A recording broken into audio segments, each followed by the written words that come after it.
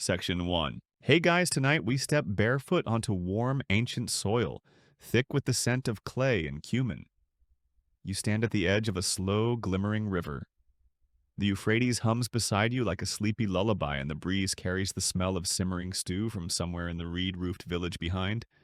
Smoke curls lazily into the twilight. You follow it without thinking. There's a pot. Always a pot.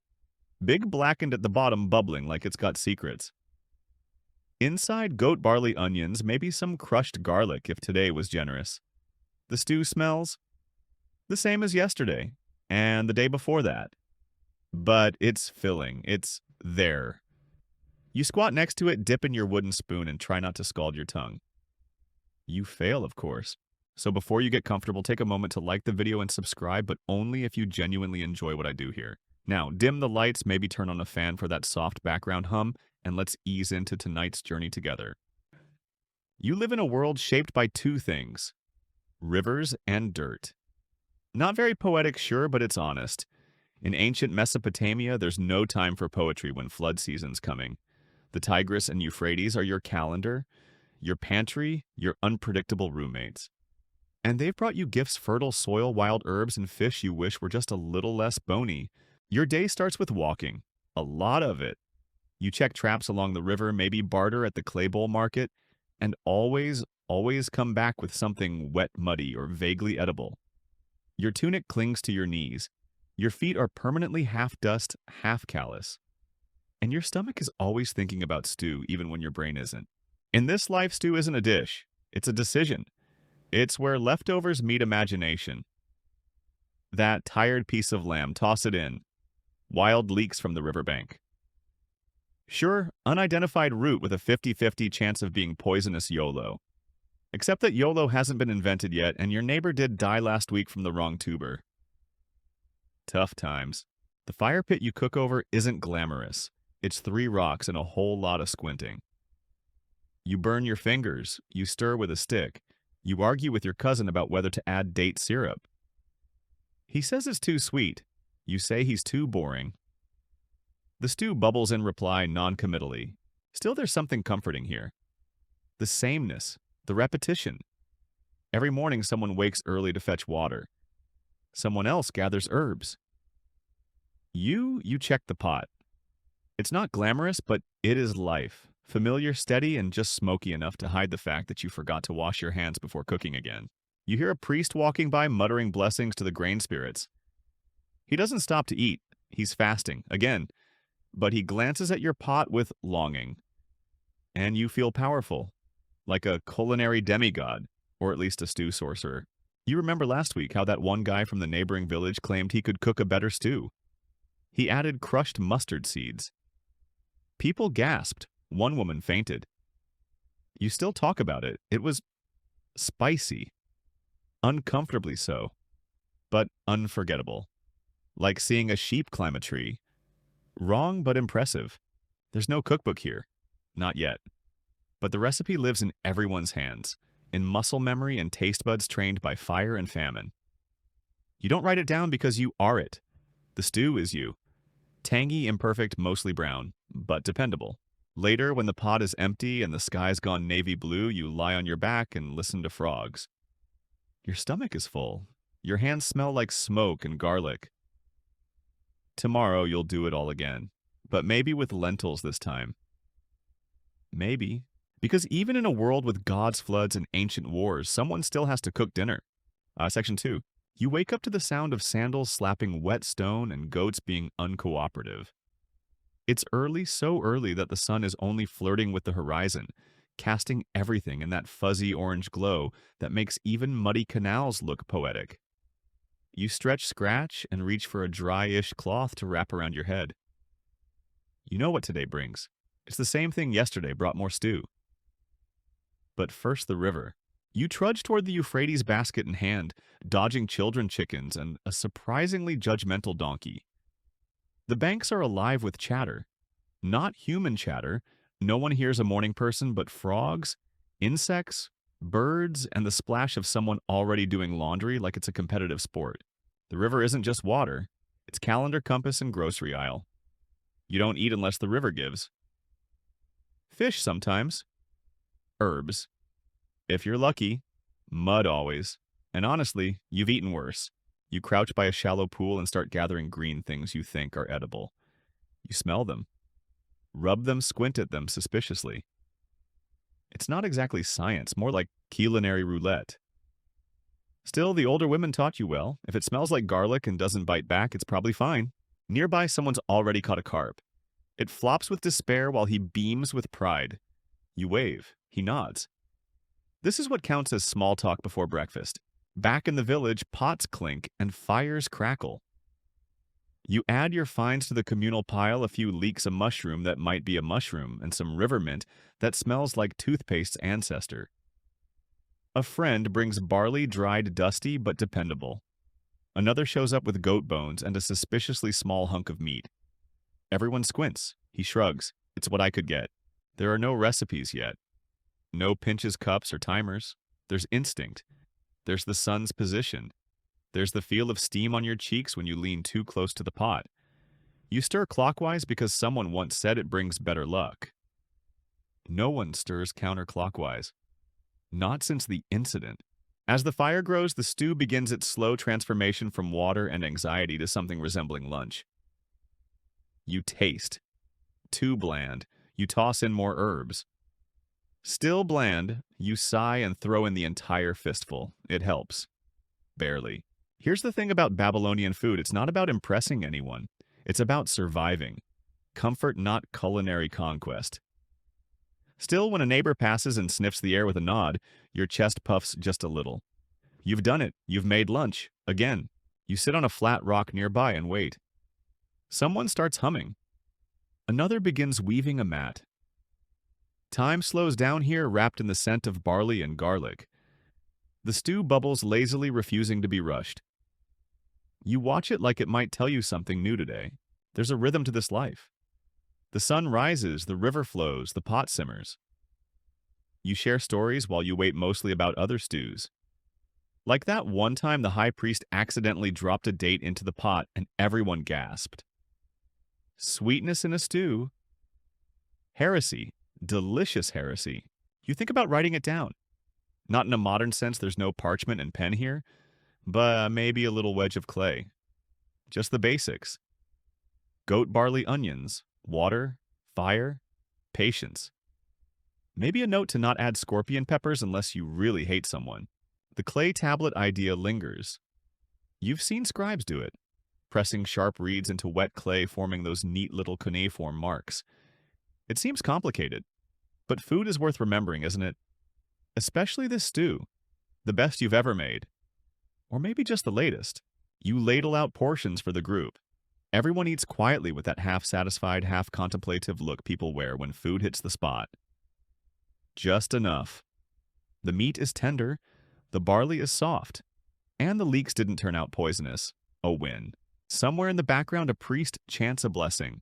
Not for your stew specifically, but for harvest health and the sun behaving itself this year. Still, you feel the words land on your pot like approval. Later, when the bowls are empty and the river calls again, you'll walk back to the water's edge. Maybe you'll rinse the pot. Maybe not. The layer of char on the bottom feels earned. Like a signature. Like a reminder that yes, you cooked today. And no, it didn't kill anyone. That's more than enough. Section 3. You're squinting at clay again. Not just any clay, this one's been flattened, dampened, and smoothed into a nice little square like a soggy stone coaster. But you're not sculpting. You're writing, or at least watching someone smarter do it. The village scribe sits cross-legged under a fig tree reed, stylus and hand tongue sticking out like all the great thinkers. You've brought him a bowl of stew, generous ladle, no bone fragments, as a gentle bribe. He takes a bite, nods, then gets to work. He presses the reed into the soft clay with an elegance you envy. Little wedges, tiny lines. Cuneiform, the Mesopotamian version of if you know, you know. And what is he writing? A list. Goat, barley, leek, onion, garlic. Cook until thick, he mutters, chewing. Add fresh water if dry. Stir until elbow aches. You raise an eyebrow. He shrugs. I like it vivid. This might be the world's first recorded recipe. Not a poem, not a royal decree, just dinner instructions. Humanity's first grocery list, carved in mud. The scribe says it's for the temple kitchens. The priest wants standardization, he claims. Too many cooks spoiling the divine offerings. You nod like that makes sense, but you secretly think someone just really, really liked last Tuesday's stew and wants to make sure it happens again. You ask if he'll include your idea adding sour fermented yogurt to the broth. He makes a face like you've suggested bathing in lentil paste. Experimental, he mutters. Historians will argue about this. You grin. You live for a little controversy. Around you, life bubbles like the stew pot. Clay houses lean at soft angles. Children chase a goat in circles. A fish vendor yells something about freshness while swatting flies with a sandal. But this little square of clay? It might last forever. You ask if he can make a copy. He laughs. This isn't a school tablet, it's a meal plan. Still, you watch closely. The rhythm of reed to clay is hypnotic.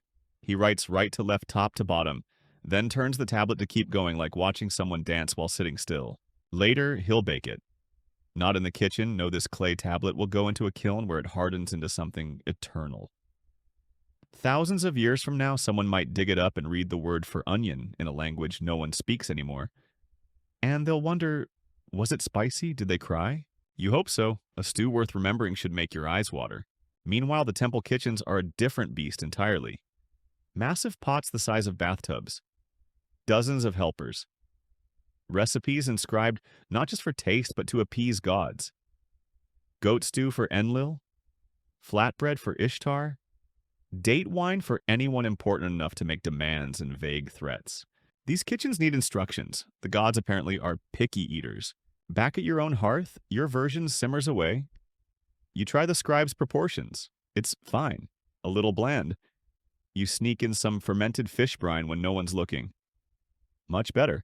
Later that evening, your cousin swings by with an urgent face. Did you hear he whispers? The priests are putting recipes on walls now. You blink. Like murals, he nods. Like art, but edible. You imagine future generations walking past a temple and pausing to admire stew instructions. Ah yes, they'll say barley.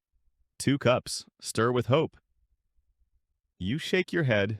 We are a strange people. But deep down you get it. In a world of shifting rivers, moody gods, and surprise sandstorms, stew is the one thing you can control. It deserves to be recorded, remembered, even worshipped a little. As the sky turns indigo and smoke from dinner fires snakes upward, you sit with the scribe again. He holds up the hardened tablet, inspecting it like a newborn. Not bad, he murmurs. Might outlast us both. You nod. The stew's gone. The fire is low. But something has been captured today, not just a flavor, but a feeling. The idea that food is memory and memory is worth writing down. Section 4. You're standing in line at a temple. Not the sacred chant-heavy part where people whisper and kneel, but the back. The kitchen. The smoky, chaotic, stew-splattered heart of it all. You clutch a clay bowl and try not to look too hungry. You're not here for worship today. You're here for food, more specifically, offering food. Because in Babylon, the gods eat first. Or at least that's the idea. You're just hoping for leftovers. Behind you, someone mutters about barley rations. In front, a boy juggles 2 pots and one nervous expression. The air smells like wood smoke, sweat, and lamb bones. A divine aroma if you squint. Temple kitchens are massive operations, not quiet, reverent places. Think food court meets apothecary meets panic attack. Fires roar, apprentices run, scribes shout, and at the center of it, all the head cook.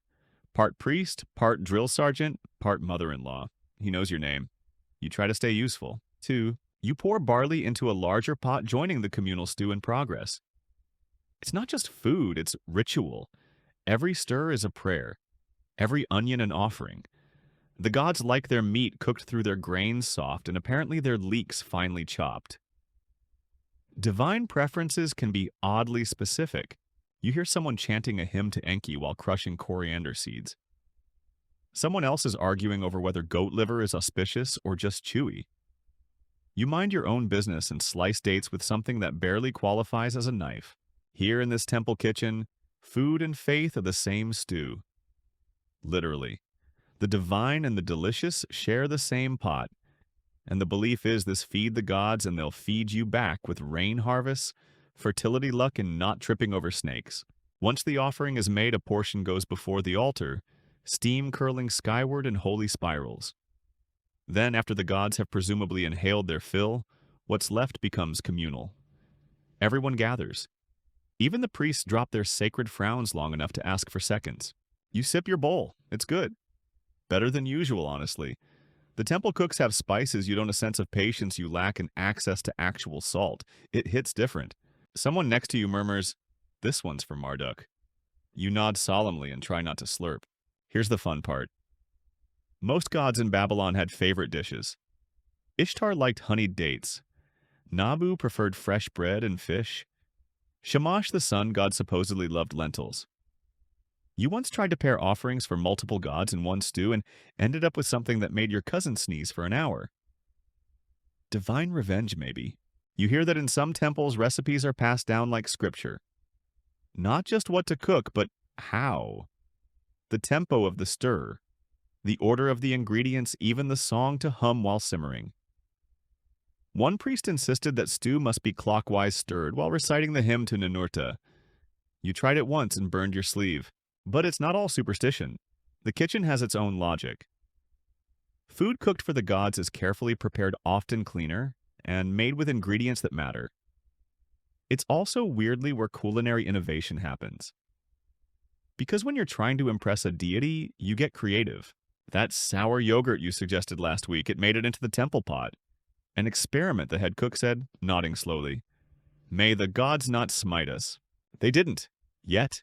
Now you're starting to wonder if this divine cuisine, the stuff meant for holy mouths, might just be the early spark of something bigger. A recipe not just to eat, but to share, to remember. Maybe that's why the scribes started writing them down, not because stew is sacred, but because it works. And when something works in this unpredictable world, you cling to it. You finish your bowl. Someone calls your name and asks if you'll stay to help with the evening meal. You nod, of course. Where else would you be? The sun dips behind a ziggurat, casting long shadows over the temple courtyard. Someone sweeps grain off the stone floor. Someone else sings a lullaby to a pot that's been bubbling since noon. You glance back at the altar where the offering still steams in silence. Did the gods eat it? Who knows, but you did. And honestly, it was divine enough for you. Section 5. You've eaten this stew before. In fact, you've eaten only this stew before? Or so it feels. Goat barley onion? Maybe leeks, maybe not. Either way, it's safe to say culinary excitement isn't Babylon's strong suit. You're sitting on a clay bench with your knees up staring at another bowl of steaming sameness. You chew, you swallow, you sigh. Not because it's bad, but because it's eternal. Eternal stew. The default setting of Mesopotamian cuisine. The thing is, nobody complains. Out loud, at least. This stew is comfort. It's stability in a world of sandstorms, surprise taxes, and neighbors who occasionally steal your fish traps.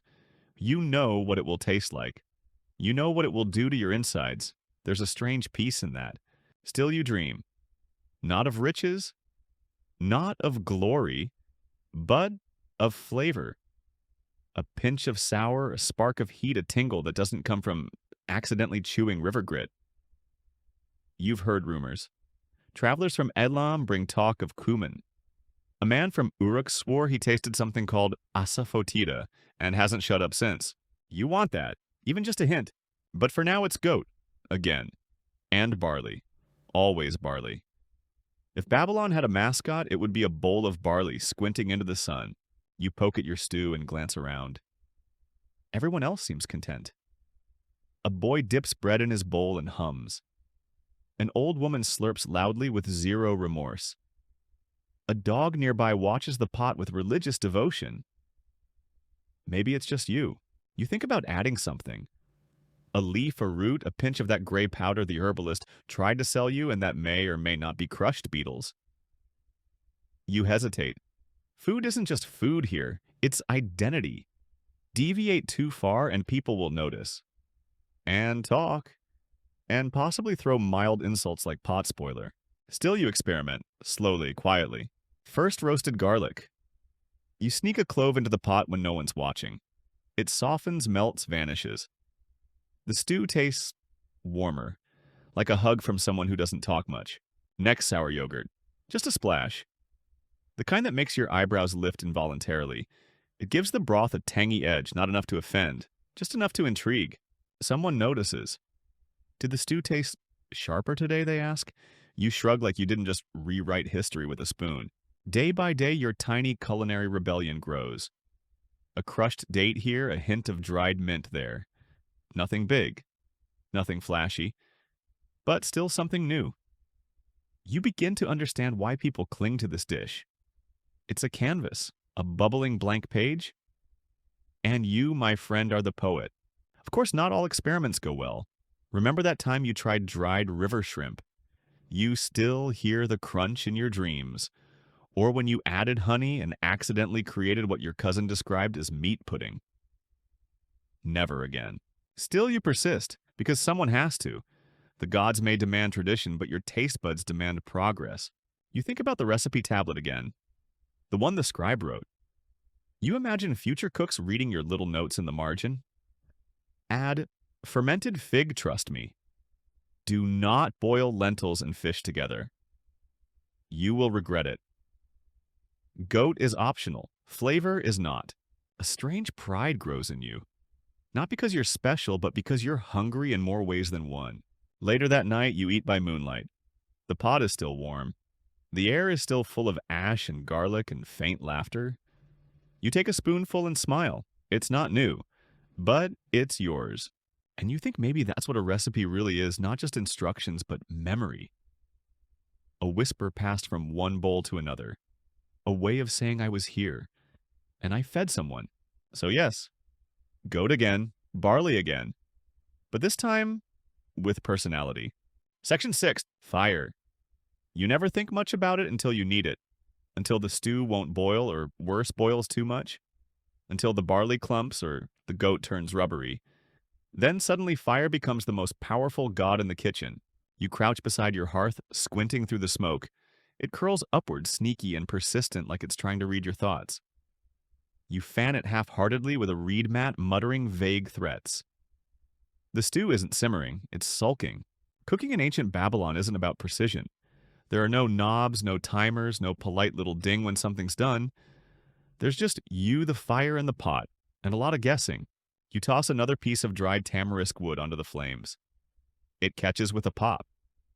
The smoke thickens. You blink away tears, pretend it's not from frustration. The stew begins to bubble again. Barely. You sigh in cautious relief. Fire control is more art than science. You've learned that over time. A hot fire boils too fast. A slow fire leaves everything half-cooked and resentful. You don't cook here, not really. You coax, you negotiate, you bribe the flames with kindling and patience. And patience is in short supply today. Your cousin shows up with half a grin and you burnt it again, didn't you? You glare. It's caramelizing. He laughs and sits. You ignore him and stir like you mean it. There's no such thing as consistent heat. The wind shifts. The wood hisses. Sometimes the pot slides and spills because the firestones are uneven. One time a goat nudged the entire hearth during a cook-off. Disaster. Delicious disaster. Still, there are tricks. You stack smaller stones to create windbreaks. You swap wood types depending on the dish. Tamarisk burns hot and fast. Palm bark smolders slow and smoky. Dung patties. Surprisingly effective. Horribly scented, but effective.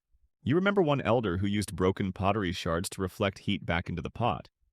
Genius, or at least wildly optimistic. You tried it once. Burnt half the stew and cracked the pot. Lesson learned, not all hacks are helpful. You also learn to listen. Stew talks. It gurgles when happy. It spits when angry. It sulks when neglected. You stir often not just to prevent burning, but to reconnect.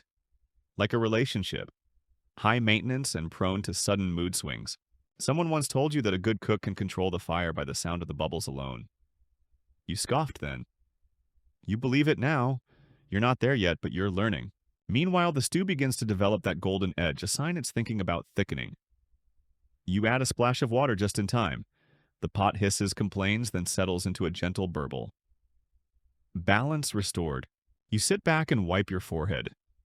The heat, the smoke, the trial and error, it's exhausting, but also somehow rewarding. This isn't just cooking, it's performance. A delicate, smoky dance where the audience is hungry and the critic is your own stomach. And when it works, when the fire listens, when the pot cooperates, when the stew thickens just right, it feels like magic.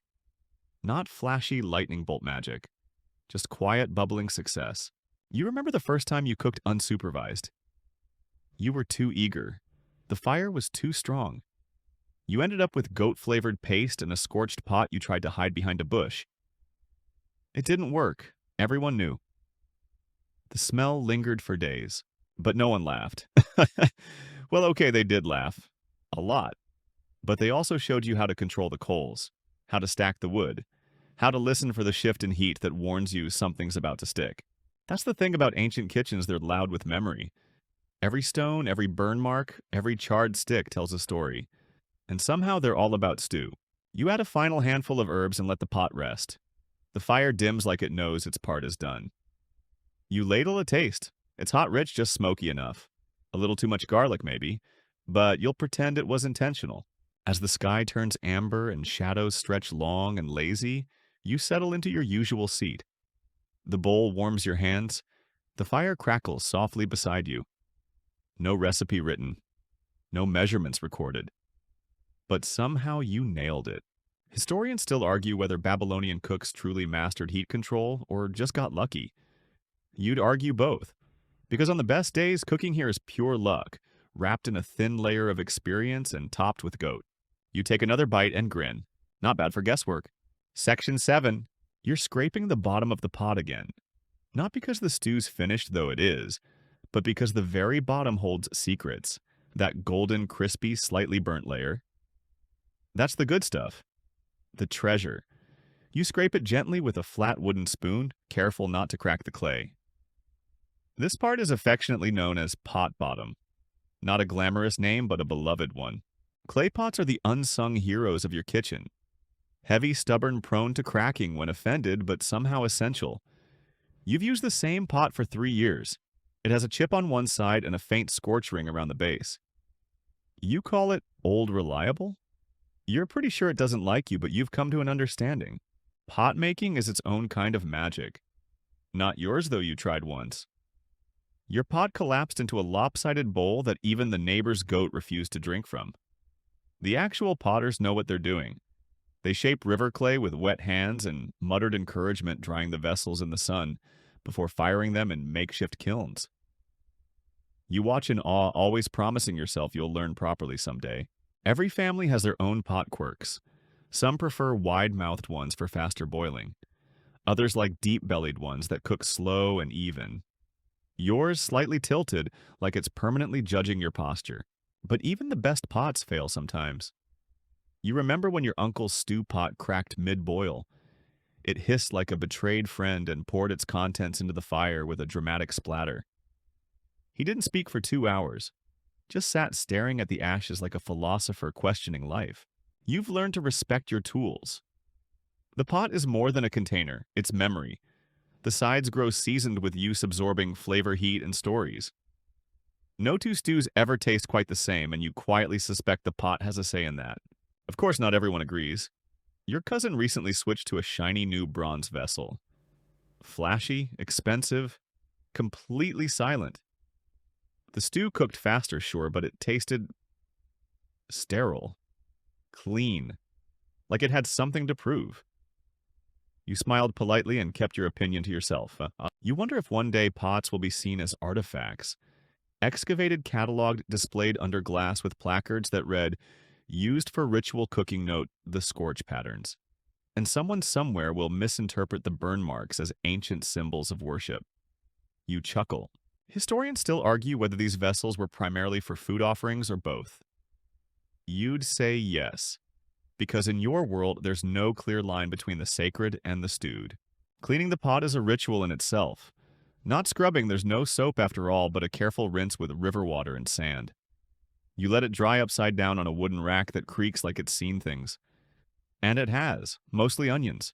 The pot dries while you plan your next meal. Will it be goat again? Probably. Maybe lentils if they're not too old. You reach for the pot now cool to the touch and trace the line of that old chip near the rim. You remember how it happened. Too much firewood, too little water. A lesson carved into clay. You think about writing it down. Not just ingredients this time, but stories. Pot memories, cooking notes. What worked, what didn't. The time the stew exploded. The time it made someone cry in a good way. The time you accidentally used ashes instead of ground spice. Never again. A neighbor once told you that pots have personalities, that the clay absorbs the cook's mood. Angry hands make sharp flavored stews. Happy hands bring mellow ones. You're not sure you believe it, but today's stew was good. And you weren't angry, so who knows? You carry the pot back to its place near the fire. It's heavy, awkward, and warm. It fits perfectly in its little ring of stones. Like it never left, like it's waiting for tomorrow. And you're already thinking about the next stew. Maybe fewer onions this time. Maybe not. You've never actually met the man who wrote the recipe, but everyone talks about him like he's a distant uncle who occasionally sends useful gifts. The scribe of stew, they call him half joke, half reverence. His tablet, the one with the barley goat onion classic, now sits in the temple storeroom, wrapped in a cloth like it's sacred. Which in a way it is. You picture him in your mind, robes slightly stained from leaning too close to pots, hands permanently calloused from reed pens and hot bowls' eyes, squinting from years of deciphering spice instructions in low light. He probably didn't mean to become a culinary legend. He just liked stew. And accuracy. It started small, just a tablet meant to stop arguments in the temple kitchen. How much barley is too much? Is garlic mandatory or heretical? What if the goat has opinions? All valid questions. And the scribe answered them, not with decrees, but with careful notes pressed into clay. Now his recipe has spread far beyond the temple. People whisper about it. Cooks try to replicate it. Some claim they have the original ratio of goat to leek. Others say that's nonsense. Everyone knows it's the onion that makes the dish. You once asked a priest if the scribe was still around. He shrugged. Maybe, maybe not. He became abstract, which is a very priestly way of saying I have no idea. But his influence lingers, not just in ingredients, but in the idea that food could be recorded. That taste memory and ritual could be preserved, not just passed down orally, but stamped into clay for someone like you to find centuries later. You've seen his tablet. It's not fancy.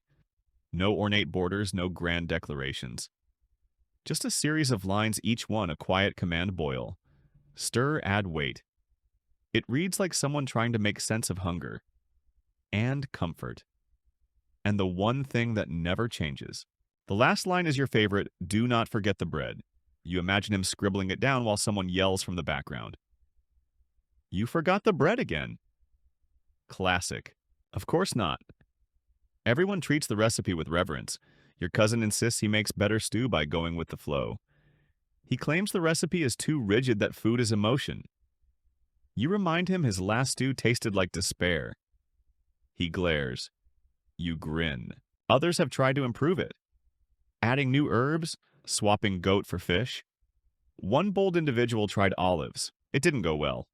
The tablet's instructions are simple but balanced. Mess with one piece and the whole stew wobbles. Like a three-legged stool made of onions. Still, you experiment.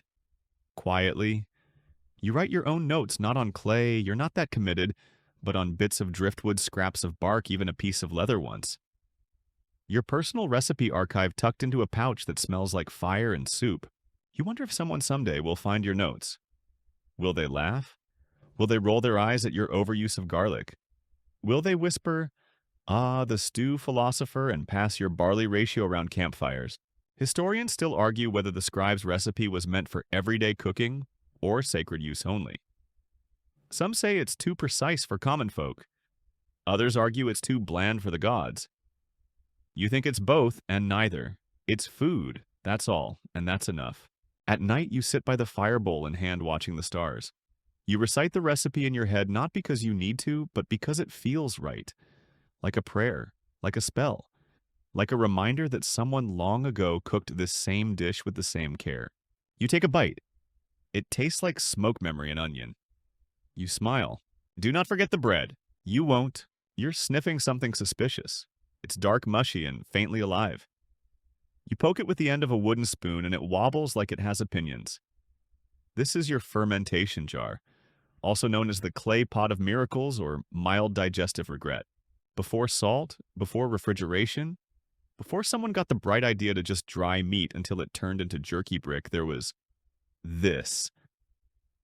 Fermentation.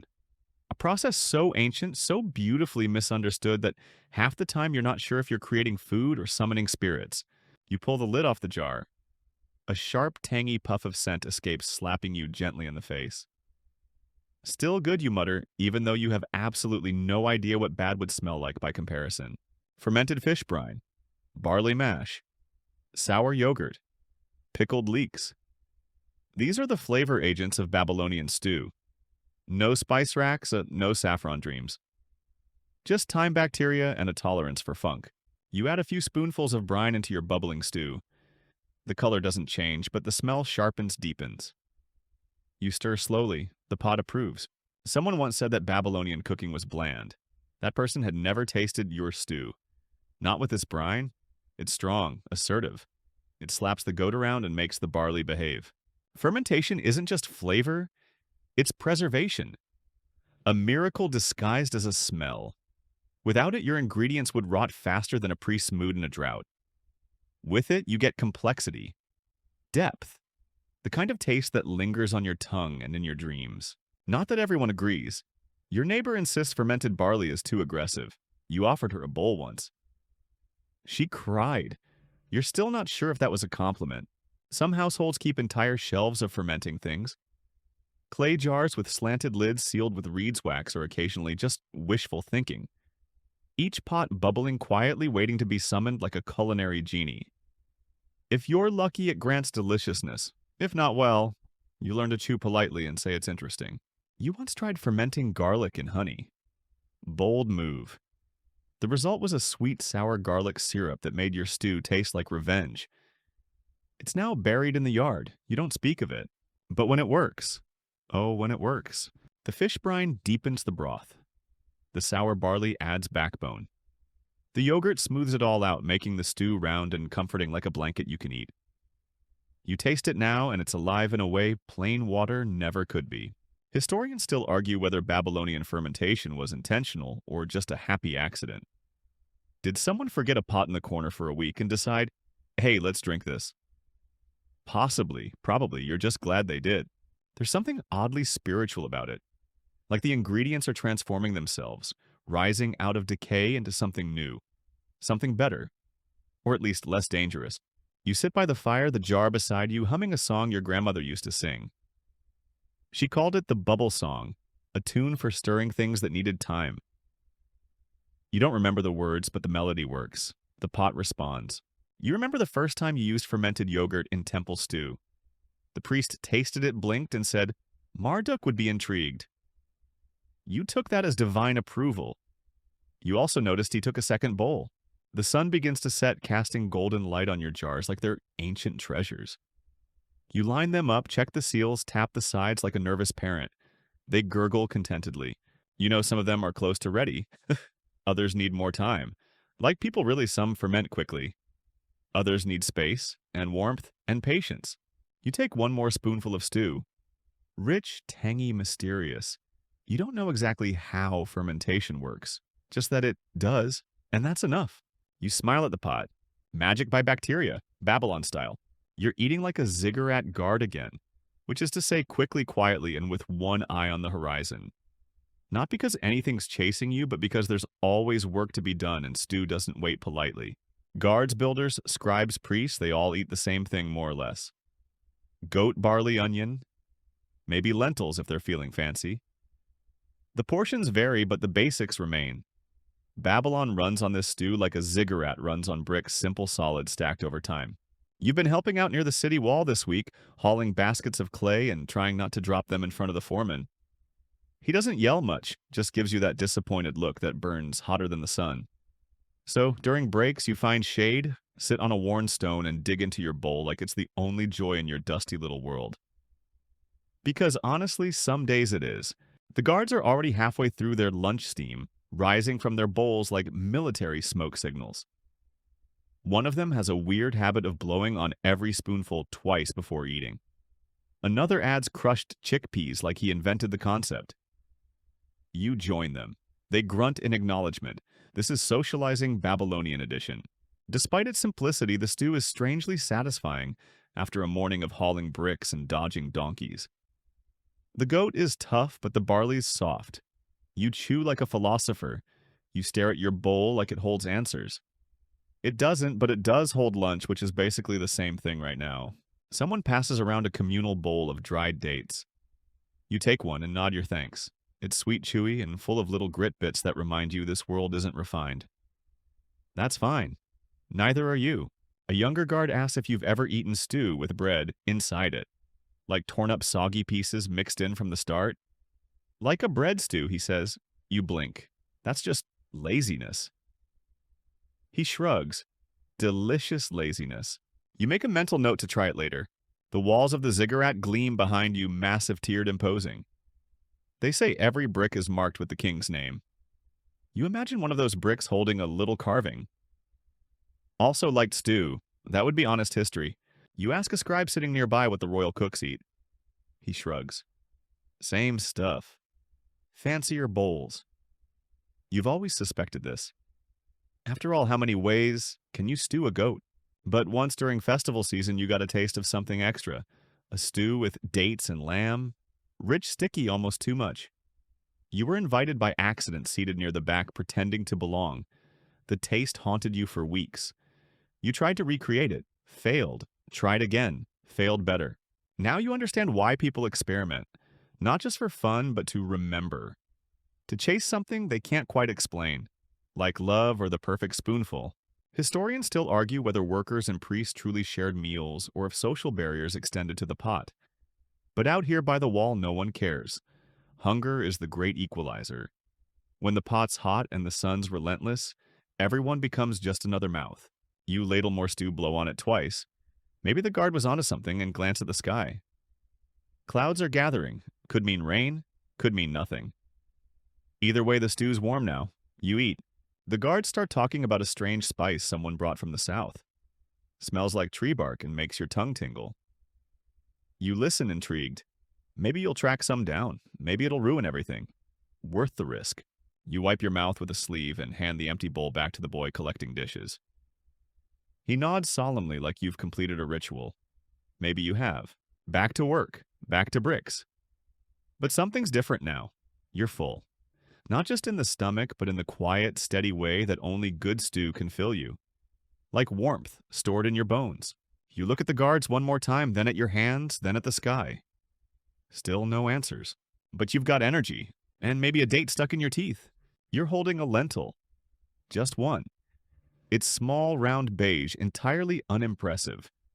And yet this humble little thing once caused a week-long debate at your cousin's house over whether it counted as proper food or just filler. Here in Babylon, lentils are divisive. Some swear by them, others swear at them. You're somewhere in the middle. They're earthy, nutty, a little dusty if undercooked, but cheap filling and surprisingly emotional for a bean. Lentils show up most often in stews, especially when meat is scarce or goats are being emotionally unavailable. You've eaten lentil-only stew before. It wasn't glamorous, but it was warm. And after a long day, that's sometimes enough. You're cooking them today. Just a handful soaked overnight, then simmered low and slow. The smell is comforting, like warm soil after rain. You add onion, garlic, and a pinch of dried herbs you found at the market that may or may not be parsley. You're calling it parsley. No one can prove otherwise. Your neighbor leans over the wall and sniffs. Lentils, she says, sounding disappointed. They're for monks. You smile and keep stirring. There's a strange prestige dance with lentils. On one hand, they're sacred, offered at temples, eaten during rituals, even included in royal fasts. On the other hand, they're also the go-to ingredient when your pantry is sad and the goats are judging you. Sacred, but suspicious. Some elders say lentils are associated with mourning. Others say they bring luck. One particularly opinionated uncle claims lentils cause slow thoughts and should be avoided before important decisions. You once served him lentil stew right before he had to choose between two marriage proposals. He picked neither. You're not sure if that proves or disproves his point. Still, lentils persist. Quiet, round, non-confrontational. They hold flavor, well stretch your stew farther, and pair beautifully with barley, assuming you remember to salt both properly. You didn't once. It was like chewing a guilt sandwich. Today's batch is better. You've seasoned it with a little fermented yogurt, stirred it gently, and let it bubble like a pond full of potential. You taste it, it's rich, slightly tangy, and strangely elegant. You'd never say this out loud, but it might be your best stew this week. Someone knocks on your door. It's the scribe. I heard you made lentils, he says, eyeing the pot like a scholar approaching a scroll. You nod and hand him a bowl. He sits, slurps, and sighs with exaggerated drama. Solid, he says. Minimal chew fatigue. You beam. He pulls out a tiny clay tablet from his bag. Did you know he begins that a lentil stew is mentioned in one of the oldest legal records, two brothers fighting over who gets the last bowl? He leans in. There was a court hearing over lentils. Historians still argue whether that case actually happened, or if it was just a metaphor for resource disputes. But either way, you believe it. Lentils do that to people. You offer the scribe a second bowl. He accepts, then casually suggests adding a bit of dried lime next time. For brightness, he says, like he's decorating a living room. You think about it. Maybe. The stew's already good, but brightness wouldn't hurt. Later, as the sky goes soft and golden, you sit by your window, bowl in hand, watching the world go slow. Kids argue over figs. A cat stalks a pigeon. Someone yells about firewood. And you eat lentils and feel oddly content. Not thrilled, not amazed, just full and calm. That's the power of lentils. No fireworks, no flourishes, just warmth. Just enough. Just right. You pat the pot affectionately and whisper, "We did good today." It doesn't answer, but it knows. Section 12. You're stirring again, but this time you're not just cooking. You're waiting. Not for flavor, not for thickness. For someone. A guest, or possibly an enemy. Hard to tell these days. Across ancient Babylon, food has quietly taken on a new role, not just as sustenance, not even just as ritual, but as diplomacy. You've been asked to prepare a stew for a meeting, not a feast, not a festival, a discussion with the neighboring village elder, who once accused your uncle of stealing 3 chickens and a donkey with commitment issues. You were given a simple instruction. Make it peaceful, as if your stew holds the keys to regional stability. No pressure. You slice onions slowly, thoughtfully. Add barley with reverence. The goat is lean, but you trim it neatly and brown it with care. You crush garlic with the flat of a knife, just enough to release its sweetness, not its bite. You sprinkle in herbs like they're ancient words. Because this stew needs to send a message. Not I'm better than you, not I forgive you, just we're the same and we're tired. Food in Babylon speaks. It speaks before words. It can build trust or erode it faster than a spilled wine cup. You've seen it happen. The wrong spice. The oversalted broth. A stew that feels stingy. These things can ruin negotiations before they begin. Your grandmother used to say that soup could stop a war, that if people just sat down and chewed slowly together, swords would rust from neglect. She also once mistook a sandal for a yam, so take it with a grain of fermented salt. Still, the idea stuck. You add lentils, safe, familiar, calming.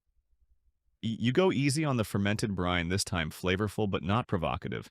And you serve it warm, not hot. No one should burn their tongue during a peace talk. The village elder arrives. He's older than you expected. His eyebrows are magnificent. He sits without speaking, accepts the bowl with a small nod, and takes one careful bite. Silence. Then a grunt. Then another bite. Then soft barley. Good. You exhale so hard your bangs move. The discussion begins slow, cautious circling like vultures, waiting for the goat to be declared officially dead.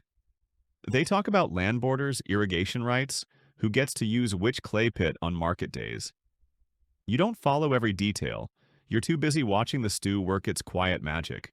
No raised voices, no slammed bowls, just refills. You serve the second pot. Add a dash of yogurt this time. Subtle, creamy, soothing. The elder nods again, talks a little softer. Historians still argue whether food truly shaped Mesopotamian diplomacy, or if it was just always there like sandals or flies. But you believe it. You're watching it happen, one spoonful at a time. By the end of the meal, a tentative agreement has formed. Borders will remain, chickens will be repaid. The donkey will remain neutral. They stand. They clasp hands. They finish the last of the stew straight from the pot, standing around the fire like old friends who remember being young. You clean the bowls, your hands smelling like garlic and truce. You feel proud. Not like a cook, like a quiet ambassador with goat juice on your shirt. As the elder leaves, he turns back and says, "You used lemon leaf." You shake your head. "Wild mint." He smiles. Works. You smile too. Because sometimes the world doesn't need more talking. It just needs another bowl. Now on Section 30, you're eavesdropping again. Not on purpose, it's just that the market is loud and gossip travels faster than carts on cobbled streets. And today everyone's talking about stew. Again, but not yours. No, this is about Tarsa, the baker's daughter, who apparently made a stew so good last night that 3 men proposed marriage before dessert. One of them might have been married already. Details unclear. Food in Babylon isn't just food. It's identity, status, a statement. What you cook, how you serve it, and even who you eat it with says more about you than your entire family lineage, especially if your cousin is still remembered as the one who burnt water. You're back in your kitchen staring into your pot like it's a reflection. You're making the same stew as always, barley goat onion, but with a twist today. You added tamarind pulp. It's bold, risky.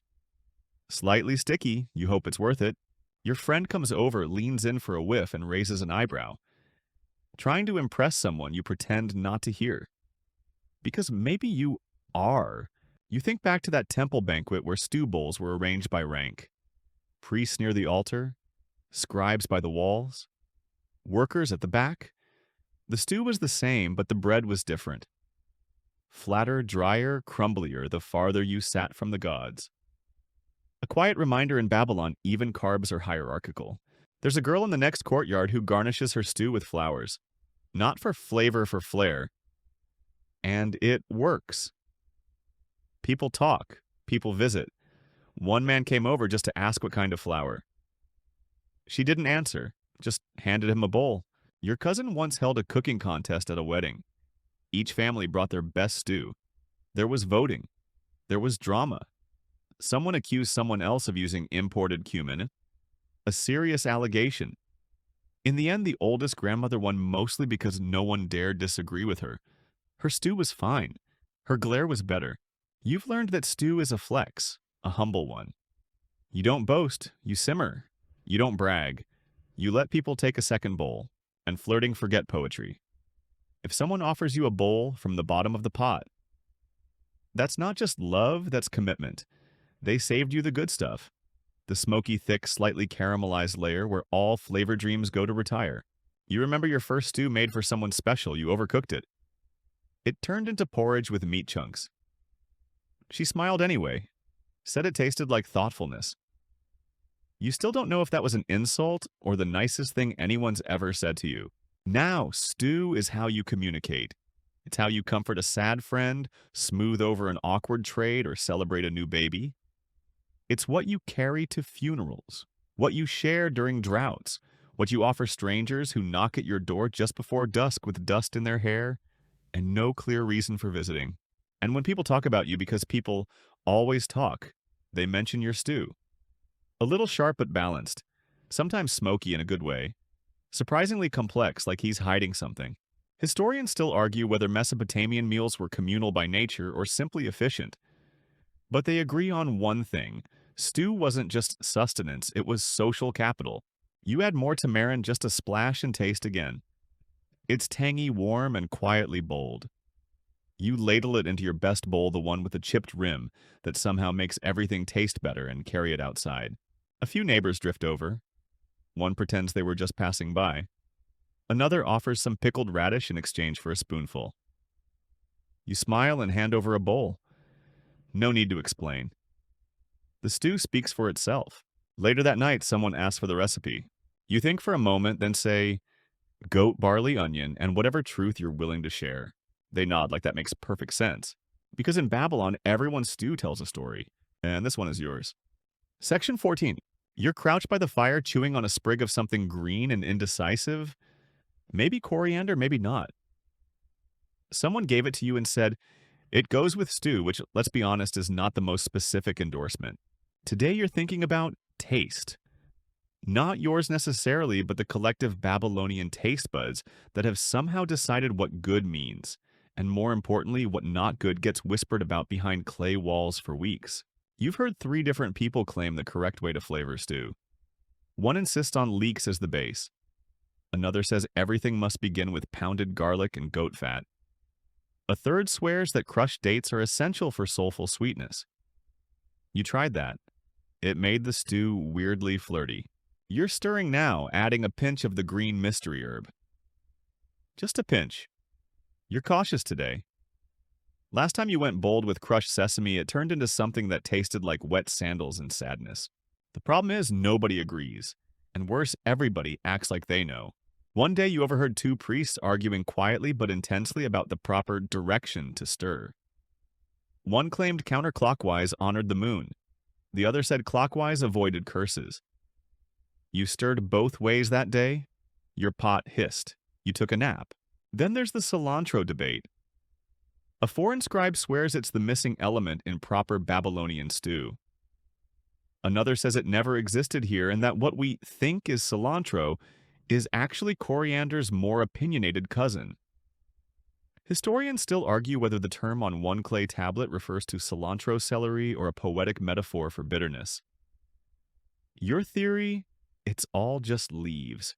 You've had stew that included wild figs, fermented turnip paste, powdered date pits, and once regrettably what turned out to be ground-up reeds.